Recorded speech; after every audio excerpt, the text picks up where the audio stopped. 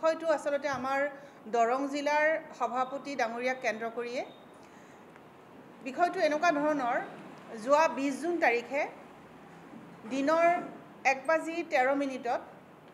আখতাৰুল ইছলাম ডাঙৰীয়ালৈকে এটা ফোন আহে আৰু সেই ফোনটো আহে বিজেপি দলৰ সন্মানীয় সাংসদ দিলীপ শইকীয়া ডাঙৰীয়াৰ তেখেতে নিজকে পিএ বুলি কয় আৰু সেই ফোনত আমাৰ দৰং ডিষ্ট্ৰিক্টৰ সন্মানীয় সভাপতি ডাঙৰীয়া তেখেতে কয় যে আপুনি এই জিলাত যিবোৰ ব্যৱসায়িক কাম-কাজ চলাই আছে বা আপোনালোকে যি ধৰণে ইয়াত কাম-কাজ চলাই আছে এই কাম-কাজসমূহ চলাবলৈ আমাৰ লগত আপোনালোকে আলোচনা কৰিব লাগে আৰু আমাৰ লগত কথা পাতিহে আপোনালোকে কাম-কাজবোৰ কৰিব লাগে তেতিয়া আমাৰ আখতাৰুল ইছলাম হাজৰিকা ডাঙৰীয়াই সেই বিশেষ ব্যক্তিগৰাকীক তেখেতক কয় যে মই যেহেতু ব্যক্তিগতভাৱে ব্যৱসায় কৰোঁ গতিকে ব্যৱসায় কৰিবলৈ যাওঁতে যদি শাসকীয় দলৰ ব্যক্তিসকলক সুধি ব্যৱসায় কৰিবলগীয়া হয় তেনেহ'লে নিশ্চয় ই কোনো গণতান্ত্ৰিক পদ্ধতিত নহ'বগৈ এইটো এটা কোনো ধৰণে গণতান্ত্ৰিক প্ৰক্ৰিয়া নহয় যে গণতান্ত্ৰিক দেশ এখনত সকলো নাগৰিকৰে অধিকাৰ আছে কথা কোৱাৰ অধিকাৰ আছে কাম কৰাৰ অধিকাৰ আছে চাকৰি কৰাৰ অধিকাৰ আছে ব্যৱসায় কৰাৰ অধিকাৰ আছে গতিকে এই অধিকাৰৰ কথা যেতিয়া কয় তেতিয়া তেওঁক জীৱনে প্ৰাণে মৰাৰ ভাবুকি প্ৰদান কৰে টেলিফোনত আৰু প্ৰাণে মৰাৰ ভাবুকি প্ৰদান কৰি কয় যে আপোনাক চাই ল'ম এনেকুৱা ধৰণৰ কথা কিছুমান আখতাৰুল ইছলাম হাজৰিকা ডাঙৰীয়াক তেওঁক প্ৰাণে মৰাৰ ভাবুকি দি ধমকি প্ৰদান কৰে এতিয়া কথাটো হ'ল এনেকুৱা ধৰণৰ যে কিয়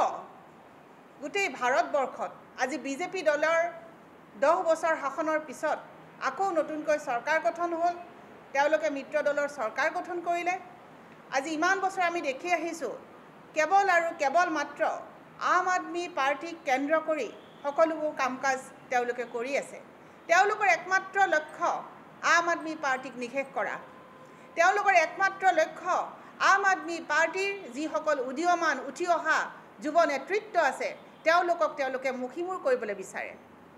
আৰু আম আদমি পাৰ্টিয়ে যি ধৰণে দৰং জিলাত কাম-কাজসমূহ অতি সক্ৰিয়ভাৱে খুব যুদ্ধগতিত চলাই আহিছে তাকে দেখি তেওঁলোকে ভয় খাইছে আজি আমাৰ সন্মানীয় ৰাষ্ট্ৰীয় আহ্বায়ক অৰবিন্দ কেজৰিৱাল ডাঙৰীয়াকো তেওঁলোকে এনেধৰণে জেলত নিক্ষেপ কৰিছে গতিকে সমস্ত ভাৰতবৰ্ষতে আম আদমি পাৰ্টিৰ প্ৰতি বিজেপি দলৰ সংশয় আছে আৰু যাৰ কাৰণে আজি আমাৰ এগৰাকী জিলা সভাপতিক তেওঁলোকে প্ৰাণে মৰাৰ ভাবুকি দিব পাৰিছে গতিকে আমি এই সংবাদ মাধ্যমৰ যোগেৰে সমগ্ৰ অসমবাসী ৰাইজ তথা অসম চৰকাৰ আৰু সংবাদ মাধ্যমৰ লগত জড়িত সকলোকে জনাবলৈ বিচাৰোঁ যে আমাৰ গণতান্ত্ৰিক প্ৰক্ৰিয়াটোক ধ্বংস কৰাৰ এক আগজাননী এনেধৰণে যদি আমাৰ ব্যক্তিসকলক যিসকল আমাৰ নাগৰিক আছে যি সুস্থভাৱে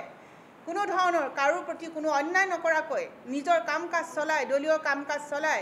দলক আগবঢ়াই লৈ গৈছে নিজৰ ব্যক্তিগত জীৱন আগবঢ়াই লৈ গৈছে তেনে ক্ষেত্ৰত এটা বিজেপি দল শাসকীয় দলক সুধি তেওঁলোকৰ পৰা পাৰ্মিশ্যন লৈ কাম-কাজ কৰাৰ কাৰণে কি অৰ্থ থাকিব পাৰে নিশ্চয় ইয়াৰ অন্তৰালত বহু কিবা ডাঙৰ কথাও লুকাই থাকিব পাৰে গতিকে আমি আহ্বান জনাইছোঁ এই ক্ষেত্ৰত আমাক আৰক্ষীয়ে সহায় কৰিব লাগে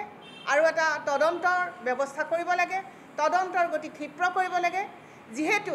ইতিমধ্যে আমাৰ দৰং জিলাৰ সন্মানীয় সভাপতি ডাঙৰীয়াই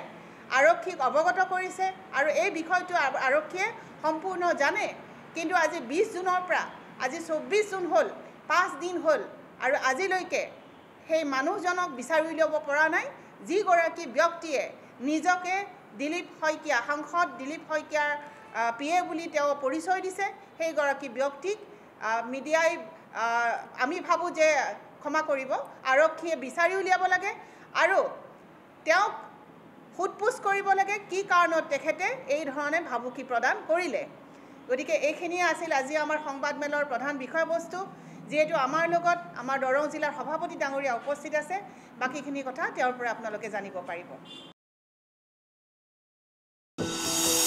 এনি ভাৰত 24ৰ প্ৰথম প্ৰয়াস জুবিন গাৰ্গৰ গীতৰ প্ৰতিযোগিতা জুবিনৰ গানে কি আনে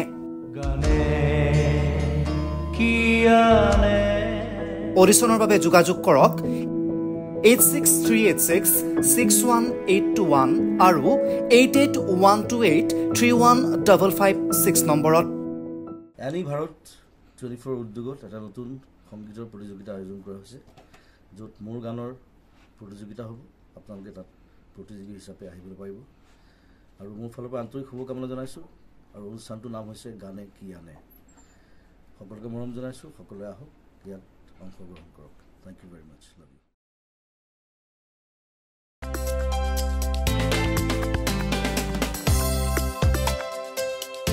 আপোনাৰ ঘৰখন আৰু অফিচ চালে চকুৰুৱাকৈ সজাওক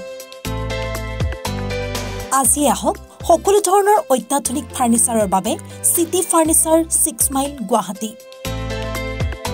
আমাৰ ঠিকনা 6 মাইল পাঞ্জাবাৰী ৰোড পুৰবিদাৰীৰ সন্মুখত গুৱাহাটী